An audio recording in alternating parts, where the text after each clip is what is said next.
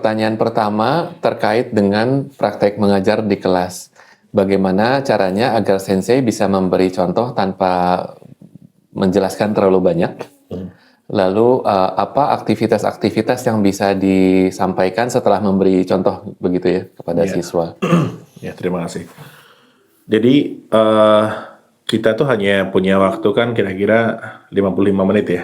Ya, jadi 55 menit karena kan pasti akan ada pergerakan dari satu kelas ke kelas yang lain ya. Nah, sehingga yang kita lakukan tuh apa sih gitu ya. Nah, ini kan kita udah sepakat ya kalau misalnya pagi hari itu ada tata bahasa, ada percakapan, dan ada komprehensif, apa comprehension lah gitu ya. Jadi membaca itu kan comprehension ya gitu ya.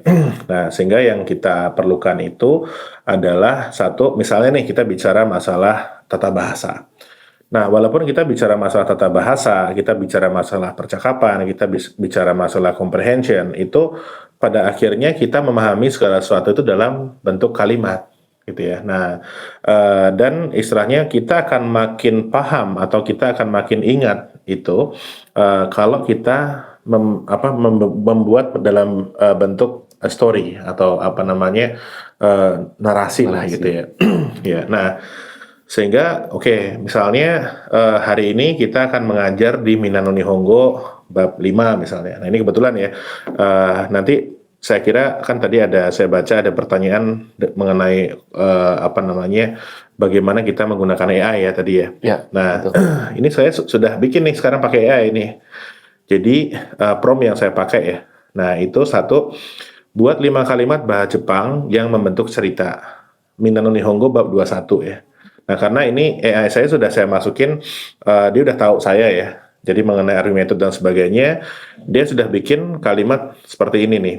Nah, saya baca aja ya. Tanaka-san wa rainen nihon e iku to omoimasu. Karena dia belajar mengenai bentuk pola dasar ya. Jadi futsuke dan to omoimasu ya. To omoimasu-nya artinya saya kira gitu ya. Dan to imas atau saya katakan begini gitu ya. Nah, ini kan pola kalimat yang diajarkan di bab 21 Minano Nihongo gitu ya. Nah, ini saya baca lagi ya. Tanaka-san wa rainen nihon e iku to omoimasu. Jadi saya rasa Tanaka tahun depan akan pergi ke Jepang. Tanaka-san wa nihon de hatarakitai desu to iimashita. Jadi Tanaka-san bilang bahwa saya ingin bekerja di Jepang. Nah, demo nihon no shigoto wa taihen da to omoimasu. Tapi saya rasa bekerja di Jepang itu berat. Ya, jadi saya rasa itu kan, jadi ada saya rasa, I think apa gitu ya. He said apa, ini kan kalau dalam bahasa Jepang seperti itu, bahasa Inggris seperti itu ya. Nah, selanjutnya Tanaka-san wa nihongo ga motto jouzu ni naru to omoimasu. Ini semua menggunakan to omoimasu atau to iimasu. Jadi I think atau he said atau I said gitu ya. Nah, saya rasa bahasa Jepang Tanaka akan menjadi lebih baik. Dakara Tanaka-san wa nihon de ii shigoto ga dekiru to omoimasu. Karena itu saya rasa Tanaka-san bisa bekerja dengan baik di Jepang. Nah, ini kan jadi satu story ya. Nah, jadi walaupun di Minano Nihongo itu sudah ada contoh kalimat ya. Tapi contoh kalimat yang ada di Minano Nihongo itu seyogyanya dikerjakan di rumah. Karena kan anak-anak harus mengerjakan dulu kan pola-polanya gitu ya. Ini bisa dia mengerjakan sebelum, tapi bisa juga dikerjakan setelah dia tahu polanya seperti apa gitu ya. Nah, kalau saya biasanya karena saya pikir bahwa anak-anak itu tidak punya waktu ya, itu saya akan ajari dia dulu, baru saya kasih PR, nanti malam hari dia kerjakan itu, ya. Nah, berarti dia harus ingat dong, oh iya, pada saat tadi pagi guru ngajarin apa gitu. Nah, berarti kan satu, orang itu mengingat sesuatu itu ada dua hal ya, dengan dua cara. Jadi memori yang visual dan memori yang audial kan gitu ya. Nah, kalau saya sendiri itu lebih ke audial ya. Ya, jadi ada juga yang orang dia bisa merekam keadaan sekitar gitu ya. Tapi ada juga orang yang dia nempel di telinga gitu ya. Ya, nah, jadi di situ makanya Gimana caranya? Ini seperti analoginya kalau kita ke sport gym ya. Nah itu kalau yang trainernya itu tuh dia memberikan contoh banyak gitu ya. Terlalu banyak memberikan contoh begini, alasannya apa dan sebagainya. Akhirnya yang dia train itu tidak olahraga. Iya, nah ini analoginya seperti itu kan gitu. Kalau dikasih penjelasan ini dan sebagainya dia nggak olahraga gitu. Nah olahraganya apa? Ya tergantung hari itu dia perlu olahraga menggunakan barbel atau apa gitu ya. Nah jadi hari ini misalnya kita bicara masalah Minano Nihongo bab 12, 21 ya. Ini saya percaya AI ya. Nah tapi mungkin bisa dicek lagi, mungkin bisa jadi agak sedikit berbeda ya. Andaikan AI saya benar. Dia mengatakan kita belajar mengenai Toomoimas dan Toimas gitu ya. Jadi akan seperti itu. Nah, terus kemudian kalimat yang dia bikin si AI saya gitu, dia pakai Tanaka kan. Tanaka kan orang Jepang. Kenapa dia pergi ke Jepang gitu ya? Nah, terus kemudian prompt saya jangan pakai Tanaka, dia orang Jepang. Nah, terus kemudian diubah pakai Andi-san. Iya. Nah, jadi diubah lagi ya. Andi-san wa rainen Nihon e ikuto moimasu. Saya rasa Andi akan pergi ke Jepang tahun depan. Nah, Andi-san wa Nihon de hatarakitai desu to iimashita. Jadi Andi berkata bahwa saya ingin bekerja di Jepang. Nah, ini sama seperti ini ya. Jadi misalnya Andi bilang bahwa dia akan itu ya. Nah, berarti kan harus dipotong dulu ya. Kayak dalam bahasa Indonesia juga he said that bla bla bla bla itu kan. Kan itu kita harus potong, terus kita ada fillernya dikit lah gitu ya. Nah, kalau saya baca Andi Sangwa Nihon de hatarakitai desu to iimashita. Jadi kan saya ada sedikit jeda di situ ya. Nah, jadi satu hal apa namanya para guru dan ini juga harus mengajari ini juga apa namanya filler itu termasuk tidak dikasih sesuatu gitu ya. Jeda itu juga termasuk filler gitu. Nah, apalagi kalau misalnya jeda itu bisa menyatakan bahwa apa yang akan saya sampaikan setelah jeda itu sesuatu yang agak penting. Maka orang dengar kan gitu ya. Nah, oke. Nah, ini tadi saya sudah bisa membuat story kan. Nah, apalagi saya bisa memberikan prompt yang lebih banyak ya. Jadi misalnya, saya baca Minano Nihongo, ada softnya misalnya, saya masukkan nih gitu. Misalnya, tolong pakai kosakata ini gitu ya.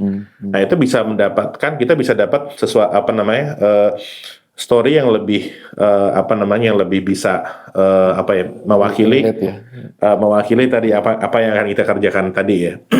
Nah, ini salah satu contoh ya. Artinya apa? Jadi kita harus mengolahragakan anak-anak kita itu.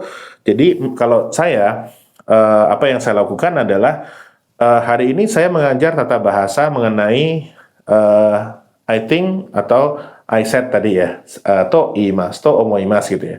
Saya akan langsung bikin kalimat. Apakah kalimat itu 5 kalimat atau 6 kalimat, tapi semuanya itu jadi ada kronologisnya gitu. Itu bisa kronologis, bisa juga ada hubungannya gitu. Oleh karena itu kan kita belajar mengenai konjungsi. Nah, akan tetapi, karena itu, terus kemudian lalu gitu ya. Nah, biasanya yang kita pakai di kalimat-kalimat dasar itu kan lebih seperti itu ya. Jadi ini ada A, bukan A misalnya. Terus kemudian ada A, terus kemudian kronologis ya. Waktunya lalu gitu ya. Ya.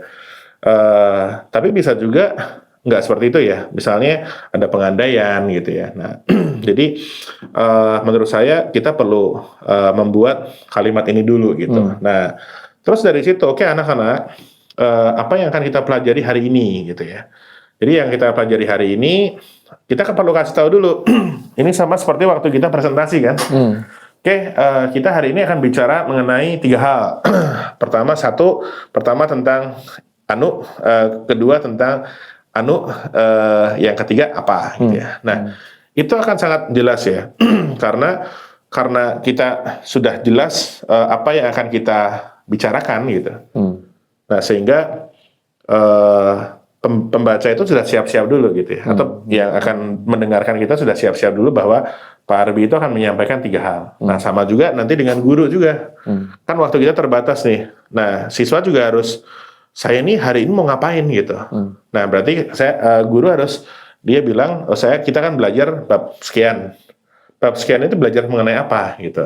Nah, terus kemudian kalau bisa, oke, kata-kata kan kita ada yang namanya must remember word ya. Nah, must remember word hari ini ya anak-anak hari ini kan, artinya itu nggak hanya di pelajaran itu saja gitu ya.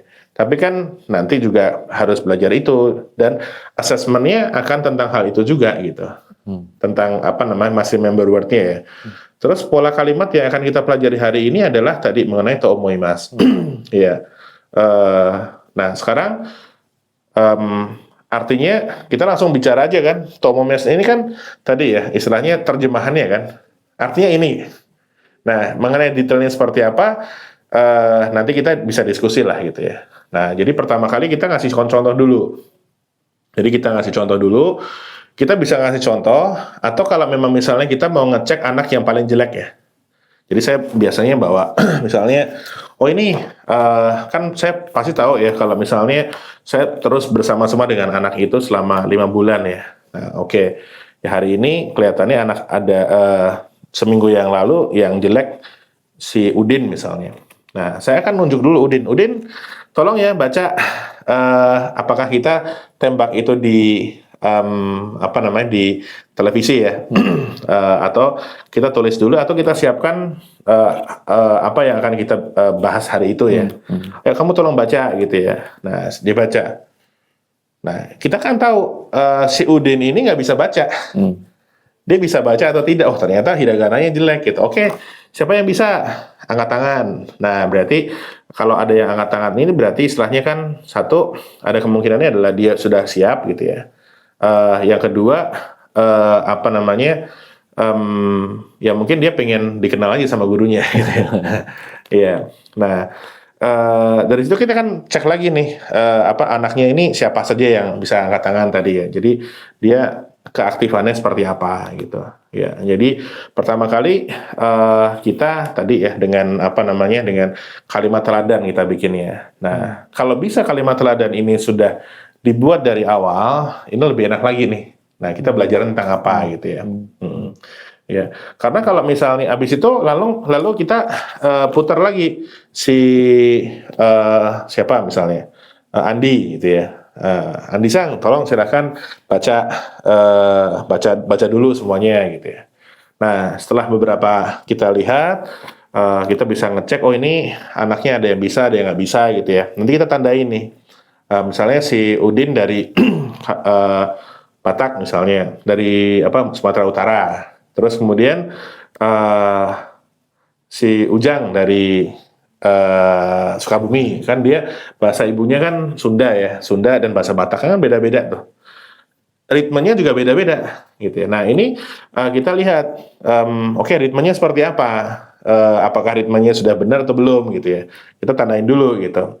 Ya, nah.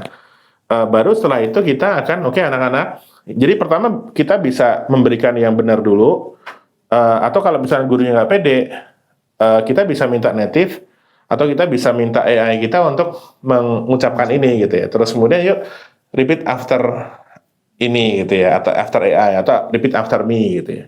Nah sehingga di sini kita sama-sama olahraga ini gitu ya. Nah jadi kita sama-sama olahraga sambil kita bisa ngecek yang terbaik dan yang terjelek sih sebenarnya. Jadi bahwa dalam satu kelas itu pasti selama dia hidup di alam semesta kita gitu ya. Ini kan dia pasti mengikuti yang namanya distribusi normal gitu ya. Nah, distribusi normal itu apa? Jadi kan pasti dia ngikutin ini ya.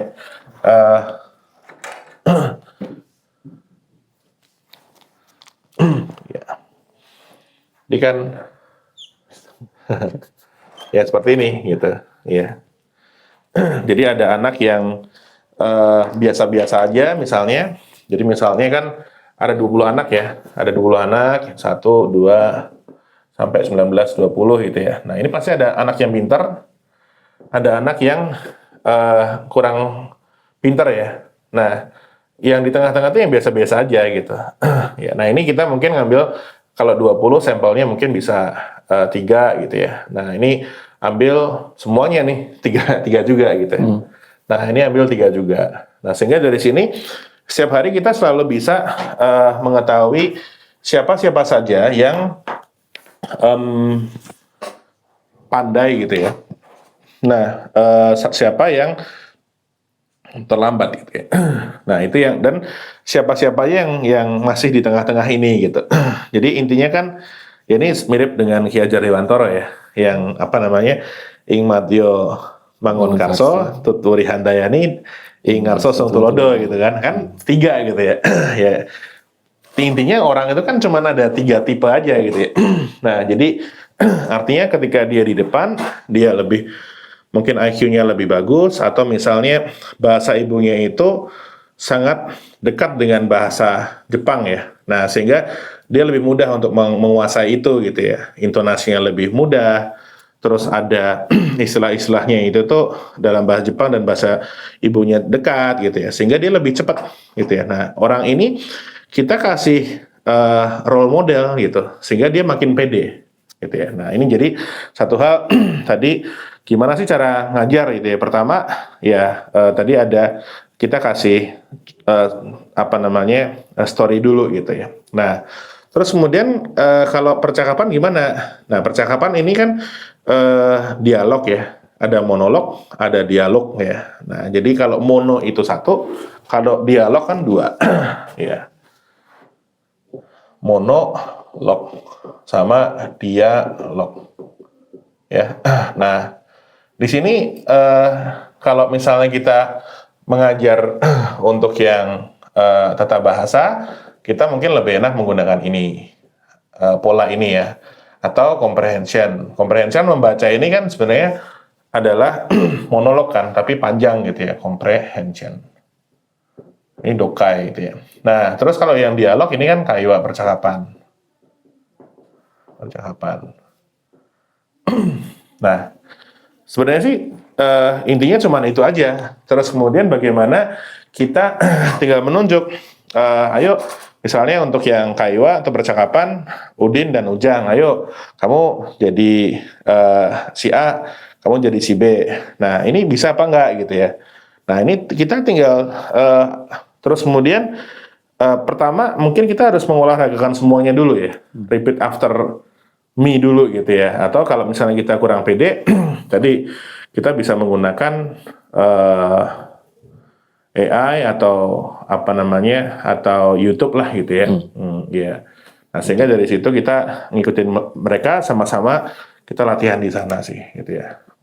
Baik, saya coba quick recap dulu bahwa suasana di kelas itu seperti di gym gitu ya, olahraga, kasih tahu apa yang harus dilakukan, yang baik seperti apa, yang mungkin contoh repeat after me dari senseinya, atau juga bisa dibantu dengan AI. Bahan kita bisa diambil dari Minnan Nihongo atau dari materi apapun, Betul. tapi kita juga bisa siapkan contoh-contoh sendiri ya, Betul. yang relevan dengan materi yang dibahas di topik tersebut, bisa juga dibantu dengan AI. Betul. Tadi catatannya waktu pakai AI juga tetap diperiksa ya, bahwa memang disesuaikan dengan konteksnya sehingga bisa sampai. Yang kedua tadi kan ada bacaan teladan begitu ya. Memang itu perlu dipersiapkan dan bisa jadi sama atau bisa jadi berbeda yang kita siapkan di sesi tersebut begitu ya. Betul. Sehingga orang bisa kenali konteksnya, punya paragraf atau kalimat lengkap, dan di situ juga kita bisa belajar soal strategi komunikasi ya, tentang konjungsi dan apa itu sekalian masuk di topik yang dibahas juga di sana. Ada contohnya di sana. Ketiga, tadi kita juga menangkap bahwa untuk siswa ini bisa mengerti, dia harus segera latihan kan ya, dikasih prompt di depan, lalu dia harus belajar atau belajar mandiri dan mempersiapkan melatihkan itu lagi. Dan kita memang perhatikan sesuai dengan kesiapan siswanya ya, ada yang top 3, ada yang bottom 3 gitu ya. Kita address masing-masing kebutuhan itu, sehingga setiap seluruh kelas bisa ngikuti. Betul. Iya, karena kalau untuk yang biasa-biasa ya mungkin kita akan random sampling ya karena waktu kita kan terbatas ya. Jadi kita hanya dikasih 55 menit kan gitu ya. Ya, nah sehingga dari situ yang pintar-pintar tetap kita kasih karena kadang-kadang yang pintar-pintar juga atau yang dia lebih menguasai gitu ya, itu kadang-kadang kita abaikan gitu ya. Kan udah bisa Anda udah lebih bisa gitu. Tapi nggak juga, harusnya ini juga ada mereka juga berkebutuhan khusus, kebutuhan khusus yang bagus. Nah, ada juga kebutuhan khusus yang karena misalnya bahasa ibunya tidak mengenal istilah itu gitu, tidak mengenal konstruksi bahasa itu. Nah, contohnya dalam bahasa Inggris kan kita tidak mengenal dua subjek ya. Jadi konstruksi dua subjek itu tidak mengenal. Misalnya gini, dalam bahasa Indonesia ada misalnya apa misalnya gajah itu belalainya panjang gitu ya. Itu yang selalu saya kasih. Ini kalau kita mau sampaikan dalam bahasa Jepang bisa gitu ya. Jadi kita menggunakan pola wa dan ga kan, zowa, hanaga, nagai gitu ya. Nah, tapi dalam bahasa Inggris kan nggak ada seperti itu. Konstruksinya subjek harus ada, tidak bisa dihilangkan, tapi nggak boleh lebih dari satu gitu. Ya. Nah, kalau dalam bahasa Indonesia dan bahasa Jepang, subjek bisa dihilangkan kalau jelas. Misalnya, misalnya begini ya, apa namanya, ibrasang desu ka gitu ya. Kan dalam bahasa Inggris kan kita harus bilang are you kan, ibra gitu kan. Itu ya tetap harus apakah Anda ibra gitu kan. Anda harus masuk kan, ini karena subjek gitu ya. Nah, tapi dalam bahasa Indonesia Pak Ibra kan bisa juga seperti karena dalam bahasa dengan konteks high context language itu biasanya subjeknya bisa dihilangkan gitu dan itu bisa dimengerti oleh mereka yang sama-sama bicara seperti ini gitu ya. Iya. Baik. Ini agak teknis ya. Jadi ada contoh-contohnya. Pertanyaan terakhir terkait dengan praktik mengajar di kelas itu kan memang ada polanya ya dari pembuka, isi dan rangkuman. Apakah ada tips di situ Pak? Jadi memang satu kan kita perlu pemanasan lah ya. Jadi kayak misalnya kita mau bawa mobil kan juga harus dipanasin dulu lah gitu ya. Nah, cuman kalau dipanasin terus panjang hari kan malah aneh gitu ya. Ya. Jadi pemanasan, yang namanya pemanasan itu ice breaking dan sebagainya kan hanya perlu waktu misalnya 5 menit misalnya. Anak-anak masih ingat nggak yang kemarin gitu ya? Atau misalnya ada apalah misalnya. Jadi cerita-cerita yang related gitu ya. Nah, atau kita bisa menggunakan untuk dengan tes misalnya gitu ya, tes kecil atau kuis gitu ya, itu bisa juga dipakai sih. Nah, baru setelah itu kita masuk tadi, oh hari ini kita belajar 3 hal ya gitu ya. Jadi misalnya tata bahasa ini gitu ya. Iya. Oke. Kalau di pelatihan kan biasa ada review sama preview gitu ya. Seberapa banyak waktu perlu untuk review materi hari sebelumnya atau ngantor hari besok? Menurut saya apa namanya sebaiknya kan kalau memang misalnya kita mengajar atau mengampu mengenai tata bahasa gitu ya. Nah, artinya kan misalnya hari ini kita belajar mengenai bab 21 gitu ya. Nah, hari yang kemarin kita belajar mengenai bab 20 ya itu ya. Nah, kita bisa mix saja gitu. Misalnya di dalam tadi tuh, coba ini saya langsung aja nih, apa namanya, coba minta AI saya ya. Misalnya buat kalimat, 2 kalimat pakai Minna no Nihongo bab 20 ya. Bab 20 3 kalimat pakai bab 21 gitu misalnya. Dia udah langsung bikin ya. Ya.